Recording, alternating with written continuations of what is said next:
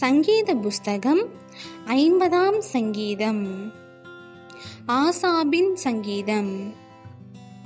வல்லமையுள்ள தேவனாகிய கர்த்தர் வசனித்து சூரியன் உதிக்கும் திசை தொடங்கி அது அஸ்தமிக்கும் திசை வரைக்கும் உள்ள பூமியை கூப்பிடுகிறார். பூரண வடிவுள்ள சீயோனிலிருந்து தேவன் பிரகாசிக்கிறார். நம்முடைய தேவன் வருவார், மௌனமாயிரார். அவருக்கு முன் அக்கினி பட்சிக்கும், அவரை சுற்றிலும் மகா புசல் கொந்தளிப்பாயிருக்கும். அவர் தம்முடைய ஜனத்தை நியாயம் தீர்க்க உயர இருக்கும் வானங்களையும் பூமியையும் கூப்பிடுவார். பலியினாலே என்னோட உடன்படிக்கை பண்ணின என்னுடைய பரிசுத்தவான்களை என்னிடத்தில் கூட்டுங்கள் என்பார். வானங்கள் அவருடைய நீதியை அறிவிக்கும். தேவனே நியாயாதிபதி. சேலா. என் ஜனமே கேள், நான் பேசுவேன். இஸ்ரவேலே, உனக்கு விரோதமாய் சாட்சியிடுவேன். நானே தேவன், உன் தேவனாயிருக்கிறேன். உன் பலிகளின் நிமித்தம் உன்னை கடிந்து கொள்ளேன். உன் தகன பலிகள் எப்போதும் எனக்கு முன்பாக இருக்கிறது. உன் வீட்டிலிருந்து காளைகளையும் உன் தொழுவங்களில் இருந்து ஆட்டுக்கடாக்களையும் நான் வாங்கிக் கொள்வதில்லை.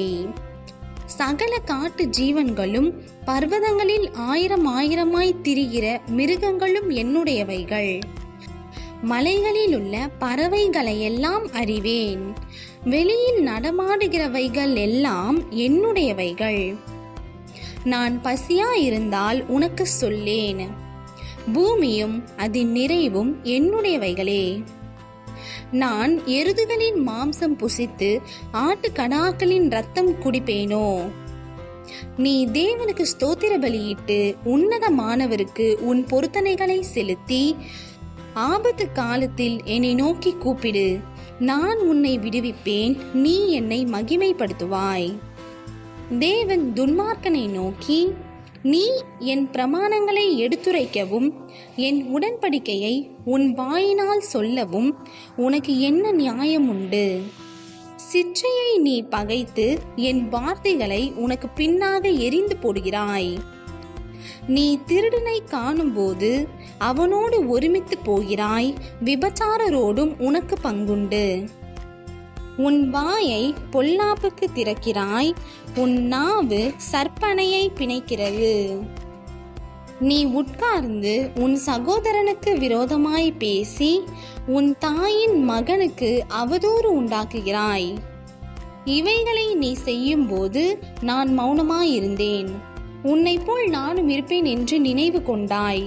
ஆனாலும் நான் உன்னை கடிந்து கொண்டு அவைகளை உன் கண்களுக்கு முன்பாக ஒவ்வொன்றாக நிறுத்துவேன். தேவனை மறைக்கிறவர்களே, இதை சிந்தித்துக் கொள்ளுங்கள். இல்லாவிட்டால் நான் உங்களை பீறி போடுவேன், ஒருவரும் உங்களை விடுவிப்பதில்லை. ஸ்தோத்திர பலியிடுகிறவன் என்னை மகிமைப்படுத்துகிறான். தன் வழியை செவ்வைப்படுத்துகிறவனுக்கு தேவனுடைய இரட்சிப்பை வெளிப்படுத்துவேன் என்று சொல்லுகிறார்.